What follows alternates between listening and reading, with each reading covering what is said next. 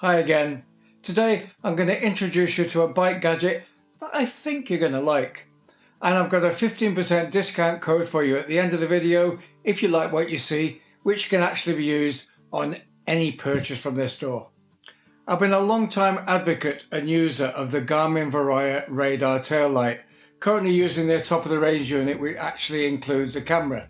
The camera is excessive to some people, so if it's a tail light with radar you're after, then Garmin have a new opponent in the ring.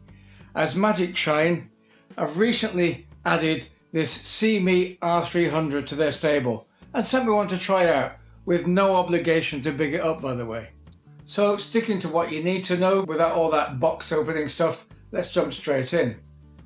Here it is alongside the Varia radar, and the first thing that hits you is the additional light sources it has with these two side lights, which immediately gives it a lead in any competition between the two, as this gives 270-degree visibility rather than just from directly behind the bike. So whilst on that subject, let's look at its performance as a rear light.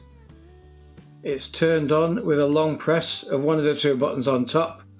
The other turns the radar on and off, although I personally don't see myself doing that, especially when you hear about the runtime you get out of this, even with the radar on. The mode you see when you switch it on is the one you last used, so if you have your favourite, you won't need to cycle through to find it. You cycle through the different modes by more pushes of the power button.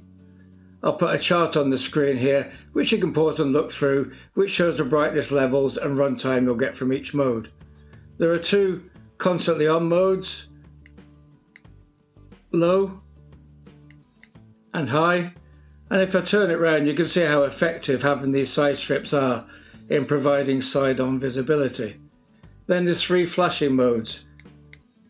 Night flash with this pulsing effect, day flash, the brightest mode of all, and then eco flash, which, as the name suggests, gives you extra battery life.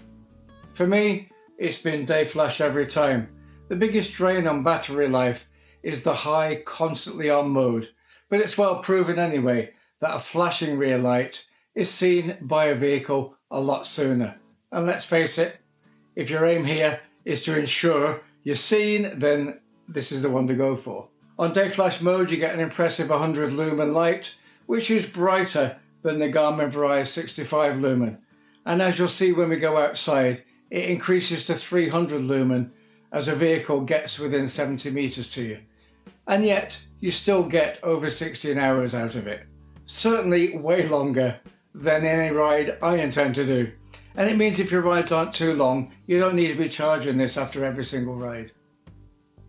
In addition to the center light and the side strips, there's this additional rotating light here, which indicates the radar is active. If you choose to switch the radar off with a long press on this button here, you'll see the rotating light switches off. It fixes on your bike with this rubber strap. You get a second one in case you have one of those more triangular shaped aero tubes. It has a mini version of the quarter turn Garmin mount, so dead easy to take on and off the bike. You could argue the smaller surface area of the connection makes it seem less secure, but I've not had any issues so far. More features to come, which I'll quickly list at the end. But let's see the radar perform in the real world outside first. As is pretty standard with bike radars, it starts to pick vehicles up at a range around 140 yards. And that car is now shown on my Garmin exactly as it does with my Garmin Varia, with the dot moving up the screen until the car passes and you get the green light. So you're getting a visual and audible notification. The latter you can silence on your head unit settings if you don't want it. Now from another angle, so you see what the cars are seeing. This clip shows how it recognises multiple vehicles approaching and shows them separately, but also how when the car gets closer it increases brightness with a 300 lumen rapid flash, just in case the driver hasn't spotted you. It would be difficult not to notice that.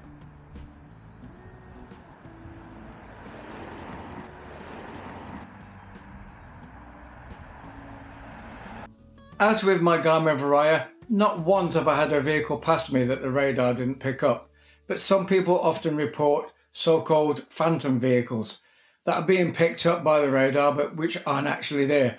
Now, if we're going to have an error, it's better that way around, of course. But I'm betting that when you get false reporting like that, it's more likely that this is happening. The radar detects the car, which then turns off in this case, or sometimes it might just park up. And the cyclist who isn't looking back and relying on their screen is thinking there's an error because no car has gone past them. Also, you might get a notification if you're a slow plodder like me when a speedy cyclist appears behind you, because these bike radars are picking up something significantly faster than you. Whilst it never picks up friends riding with me, so maybe small differences in speed as they come up alongside, it will pick up a much faster cyclist, which may explain some people getting a notification and thinking it's a false one because they were expecting a car. So, final features to tell you about along with a price comparison then. The 35-degree field of view ensures detection even if the vehicle isn't directly behind you, for example when cycling around a bend. It has an IPX6 waterproof rating, which means getting soaked in the rain isn't a problem. It connects using ANT+ or Bluetooth. The USB-C port hidden under here, and the cable provided charges from empty to full in 2.25 hours. It's compatible with major bike computer brands Garmin, Hammerhead and Wahoo, and probably any others that use ANT+. You can quickly check the battery status by pressing the power button briefly and noting the colour of the light shown on the screen here. In this case it's green. There's something called Peloton Flash Mode, which you don't need to select yourself. It just means that if more than one of these units is close together, they automatically synchronize their flash patterns. It has a sleep mode, useful for cafe stops, which means it turns itself off after 5 minutes in activity and reactivates upon detecting motion, like when you pick your bike back up after your monster cake and coffee. So that's my take on the Magic Shine CME R300. This really is a great product in my opinion.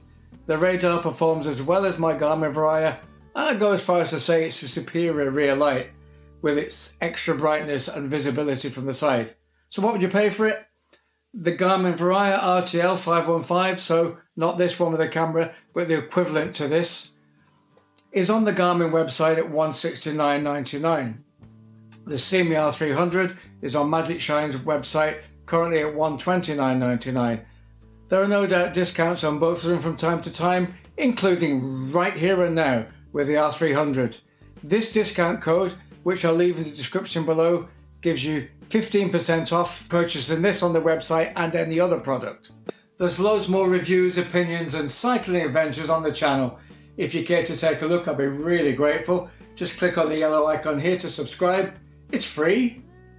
A couple of videos to get you started are here. That's all from me. Happy cycling, and I'll see you soon.